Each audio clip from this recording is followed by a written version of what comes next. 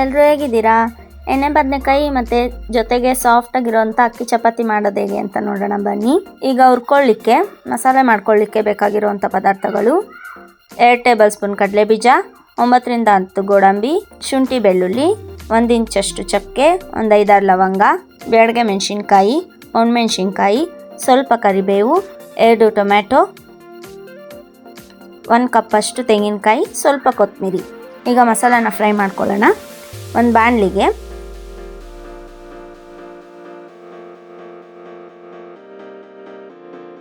ಕಡಲೆಬೀಜ, ಗೋಡಂಬಿ ಫ್ರೈ ಮಾಡ್ಕೊಳ್ತಾ ಇದ್ದೀನಿ. ಸ್ವಲ್ಪ ಕಲರ್ ಚೇಂಜ್ ಆದ ನಂತರ ಚಕ್ಕೆ ಲವಂಗ, ಶುಂಠಿ ಬೆಳ್ಳುಳ್ಳಿ ಚೆನ್ನಾಗಿ ಫ್ರೈ ಮಾಡಿದ ನಂತರ 4 ಬ್ಯಾಡಗೆ ಮೆಣಸಿನ್ಕಾಯಿ, 7 ರಿಂದ 8 ಗುಂಟೂರು ಮೆಣಸಿನ್ಕಾಯಿ ಹಾಕ್ಕೊಳ್ತಾ ಇದ್ದೀನಿ. ನಿಮಗೆ ಖಾರಕ್ಕೆ ತಕ್ಕಂತೆ ಮೆಣಸಿನ್ಕಾಯಿನ ಸೇರಿಸ್ಕೊಳ್ಳಿ. ಸ್ವಲ್ಪ ಕರಿಬೇವು, 1 ಈರುಳ್ಳಿ ದಪ್ಪಕ್ಕೆ ಹೆಚ್ಕೊಂಡಿದ್ದೀನಿ. ಚೆನ್ನಾಗಿ ಮೆಣಸಿನ್ಕಾಯಿ ಕ್ರಿಸ್ಪಿಯಾಗಿ ಕಲರ್ ಚೇಂಜ್ ಆಗೋವರೆಗೂ ಫ್ರೈ ಮಾಡ್ಕೊಳ್ಳಿ. ಈಗ ಫ್ರೈ ಆಗಿದೆ. ಸ್ಟವನ್ನು ಆಫ್ ಮಾಡಿಕೊಂಡು ಕೊತ್ತಂಬರಿ ಮತ್ತು ಟೊಮ್ಯಾಟೊ ಹಾಕ್ಕೊಂಡು ಸೈಡ್ಗೆ ಇಟ್ಕೊಳ್ಳೋಣ ತಣ್ಣಗಾಗಲಿಕ್ಕೆ. ಬಾಣಲಿ ಬಿಸಿಗೆ ಕೊತ್ತಂಬರಿ ಮತ್ತು ಟೊಮೆಟೊ ಬೆಂದ್ಕೊಳ್ಳುತ್ತೆ. ಹೋಗಿ ಮಿಕ್ಸಿ ಜಾರ್ಗೆ 1 ಕಪ್ ತೆಂಗಿನಕಾಯಿ, ಹುರಿದಿಟ್ಕೊಂಡಿರೋವಂಥ ಮಸಾಲೆನ ಸೇರಿಸ್ಕೊಳ್ತಾ ಇದ್ದೀನಿ.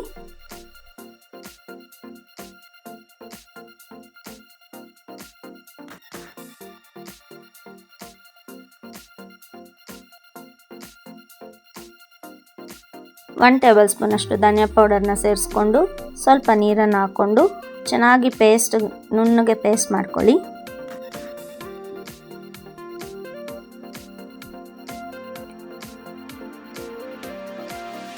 ಈಗ ಚೆನ್ನಾಗಿ ನುಣ್ಣಗೆ ರುಬ್ಬಿಟ್ಕೊಂಡಿದ್ದೀನಿ. ಬದನೆಕಾಯಿನ ತೊಳ್ಕೊಳ್ತಾ ಇದ್ದೀನಿ. ತೊಳೆದಿಟ್ಕೊಂಡಿರೋವಂಥ ಬದನೆಕಾಯಿನ 4 ಪೀಸಾಗಿ ಕಟ್ ಮಾಡಿಕೊಂಡು ಉಪ್ಪು ಸೇರಿಸ್ಕೊಂಡು ಇಟ್ಕೊಂಡಿರೋವಂಥ ನೀರಿಗೆ ಹಾಕ್ಕೊಳ್ತಾ ಇದ್ದೀನಿ.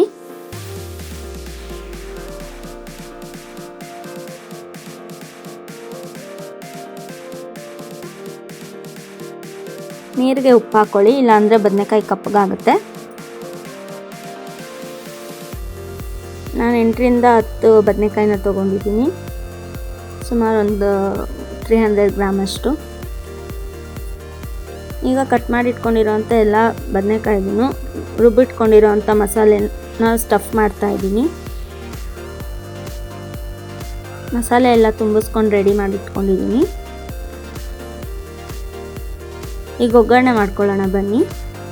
ಒಗ್ಗರಣೆಗೆ 1 ಈರುಳ್ಳಿಗೆ ಸಣ್ಣದಾಗಿ ಹಚ್ಚಿಟ್ಕೊಂಡಿದ್ದೀನಿ, ಸ್ವಲ್ಪ ಕೊತ್ತಂಬರಿ, ಸ್ವಲ್ಪ ಕರಿಬೇವು. ಬಾಣಲಿಗೆ ಅರ್ಧ ಕಪ್ಪಷ್ಟು ಎಣ್ಣೆನ ಹಾಕ್ಕೊಳ್ತಾ ಇದ್ದೀನಿ. ಇದಕ್ಕೆ ಎಣ್ಣೆ ಸ್ವಲ್ಪ ಜಾಸ್ತಿನೇ ಹಿಡಿಯುತ್ತೆ. ಸ್ವಲ್ಪ ಸಾಸಿವೆ, ಸ್ವಲ್ಪ ಜೀರಿಗೆ,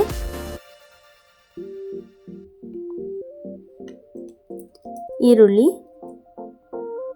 ಕರ್ಬೇವಿನ ಸೊಪ್ಪನ್ನು ಹಾಕ್ಕೊಂಡು ಈರುಳ್ಳಿ ಸ್ವಲ್ಪ ಕಲರ್ ಚೇಂಜ್ ಆಗೋವರೆಗೂ ಫ್ರೈ ಮಾಡ್ಕೊಳ್ತಾ ಇದ್ದೀನಿ.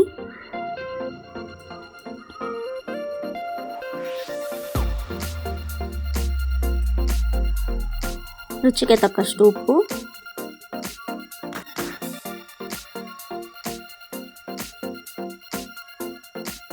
ಈರುಳ್ಳಿ ಚೆನ್ನಾಗಿ ಗೋಲ್ಡನ್ ಬ್ರೌನ್ ಆಗೋವರೆಗೂ ಫ್ರೈ ಮಾಡ್ಕೊಳ್ಳಿ. ಈರುಳ್ಳಿ ಚೆನ್ನಾಗಿ ಫ್ರೈ ಆದಷ್ಟು ಗ್ರೇವಿಗೆ ರುಚಿ ಕೊಡುತ್ತೆ. ಈಗ ಸ್ಟಫ್ ಮಾಡಿಟ್ಕೊಂಡಿರೋಂಥ ಎಲ್ಲ ಬದನೆಕಾಯಿನ ಸೇರಿಸ್ಕೊಳ್ತಾ ಇದ್ದೀನಿ.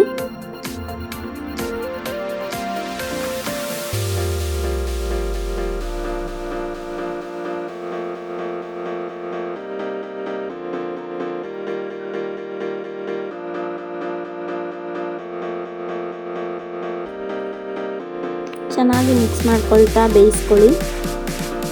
ಒಂದು 5 ಮಿನಿಟ್ಸ್ ಚೆನ್ನಾಗಿ ಬೇಯಿಸ್ಕೊಳ್ಳಿ.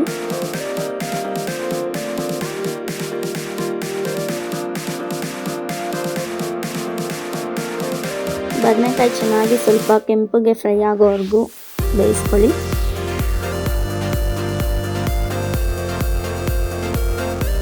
ನಂತರ ರುಬ್ಬಿಟ್ಕೊಂಡಿರೋಂಥ ಎಲ್ಲ ಮಸಾಲೆನೂ ಸೇರಿಸ್ಕೊಳ್ತಾ ಇದ್ದೀನಿ.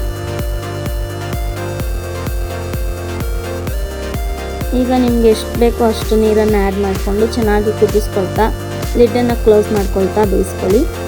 ಮಧ್ಯದಲ್ಲಿ ತಿರುಗಿಸ್ತಾ ಇರಬೇಕು, ಇಲ್ಲಾಂದರೆ ತಳ ಅಂಟುತ್ತೆ. ನಾನಿಲ್ಲಿ ಚಪಾತಿಗೆ ಮಾಡ್ಕೊಳ್ತಾ ಇರೋದ್ರಿಂದ ಗಟ್ಟಿಯಾಗಿ ಮಾಡ್ಕೊಂಡಿದ್ದೀನಿ. ನೀವು ಅನ್ನಕ್ಕೆ ಅಥವಾ ಮುದ್ದೆಗೆ ಮಾಡ್ಕೊಳ್ಳೋದಾದರೆ ಇನ್ನೊಂದು ಸ್ವಲ್ಪ ನೀರನ್ನ ಆ್ಯಡ್ ಮಾಡಿಕೊಂಡು ಚೆನ್ನಾಗಿ ಕುದಿಸ್ಕೊಳ್ಳಿ. ಈಗ ಗ್ರೇವಿ ಎಷ್ಟು ಕ್ರೀಮಿಯಾಗಿ ರೆಡಿಯಾಗಿದೆ. ಗಾರ್ನಿಷಿಂಗ್ಗೆ ಕೊತ್ತಂಬರಿ ಸೊಪ್ಪು ಹಾಕ್ಕೊಳ್ತಾ ಇದ್ದೀನಿ.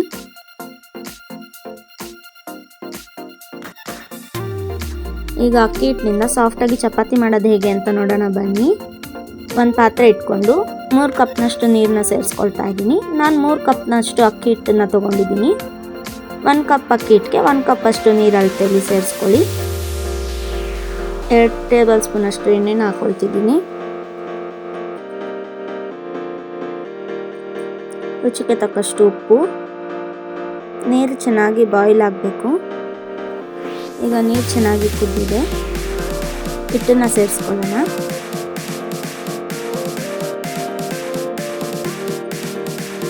ಹಿಟ್ಟನ್ನು ಸೇರಿಸ್ಕೊಂಡು ಚೆನ್ನಾಗಿ ಮಿಕ್ಸ್ ಮಾಡ್ಕೊಳ್ತಾ ಕಲಿಸ್ಕೊಳ್ಳಿ.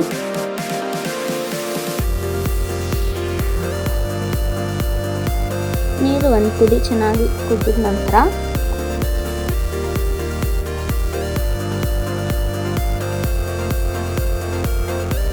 ಪ್ಲೇಟ್ ಕ್ಲೋಸ್ ಮಾಡಿ ಮುಚ್ಚಿಟ್ಕೊಂಬಿಡಿ. ಈಗ ತಣ್ಣಗಾಗಿದೆ.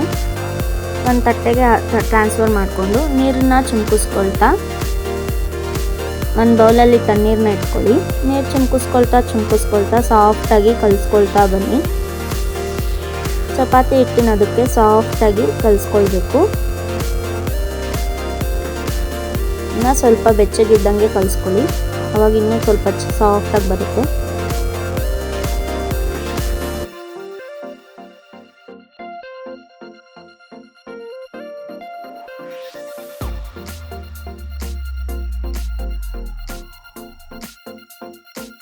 ಈಗ ಹಿಟ್ಟು ಚೆನ್ನಾಗಿ ಸಾಫ್ಟಾಗಿ ಕಲಿಸ್ಕೊಂಡಿದ್ದೀನಿ. 1 ಟೇಬಲ್ ಸ್ಪೂನ್ ತುಪ್ಪನ ಹಾಕ್ಕೊಂಡು ಮೆತ್ತಗೆ ಕಲಿಸ್ಕೊಳ್ತಾ ಇದ್ದೀನಿ. ತುಪ್ಪ ಎಲ್ಲ ಮಿಕ್ಸ್ ಆಗೋ ಥರ.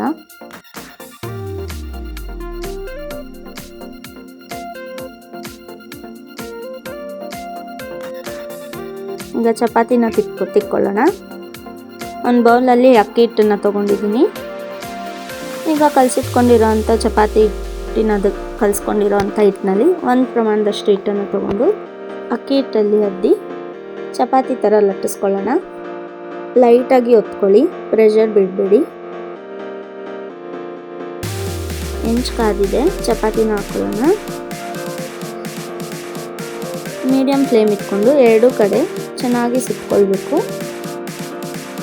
ಒಂದು ಕಾಟನ್ ಕ್ಲಾತಲ್ಲಿ ಚೆನ್ನಾಗಿ ಒತ್ಕೊಳ್ತಾ ತಿರುಗಿಸ್ಕೊಳ್ಳಿ. ಆವಾಗ ಸ್ವಲ್ಪ ಫ್ಲಫಿಯಾಗಿ ಬರುತ್ತೆ.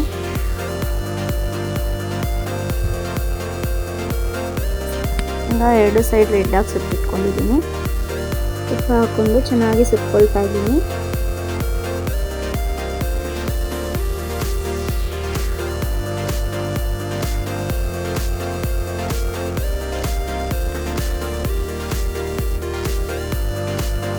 ಚಪಾತಿ ಎಲ್ಲ ರೆಡಿ ಆಗಿದೆ. ನೋಡಿ ಎಷ್ಟು ಫ್ಲಫಿಯಾಗಿ ಚೆನ್ನಾಗಿ ರೆಡಿ ಆಗಿದೆ ಅಂತ. ಈಗ ಚಪಾತಿನ ಸರ್ವ್ ಮಾಡ್ತಾ ಇದ್ದೀನಿ ಎಣ್ಣೆ ಬದನೆಕಾಯಿ ಜೊತೆಗೆ. ಎಣ್ಣೆ ಬದನೆಕಾಯಿ ಕಾಂಬಿನೇಷನ್ಗೆ ಸಾಫ್ಟ್ ಚಪಾತಿ ತುಂಬ ಚೆನ್ನಾಗಿರುತ್ತೆ. ಚಪಾತಿಗೆ, ರೊಟ್ಟಿಗೆ ಎಲ್ಲದಕ್ಕೂ ಟ್ರೈ ಮಾಡ್ಬೋದು. ಟೇಸ್ಟಿಯಾಗಿ ರೆಸ್ಟೋರೆಂಟ್ ಸ್ಟೈಲ್ನಲ್ಲಿ ಕ್ರೀಮಿಯಾಗಿ ಎಷ್ಟು ಚೆನ್ನಾಗಿ ಬಂದಿದೆ ಅಂತ ಎಣ್ಣೆ ಬದನೆಕಾಯಿ. ನೀವು ಒಮ್ಮೆ ಮನೇಲಿ ಟ್ರೈ ಮಾಡಿ. ಈ ರೆಸಿಪಿ ಇಷ್ಟ ಆಗಿದ್ರೆ ಕಮೆಂಟ್ ಮಾಡಿ. ಇದೇ ರೀತಿ ಈಸಿ ರೆಸಿಪೀಸ್ಗೋಸ್ಕರ ಚಾನಲ್ನ ಸಬ್ಸ್ಕ್ರೈಬ್ ಮಾಡಿ.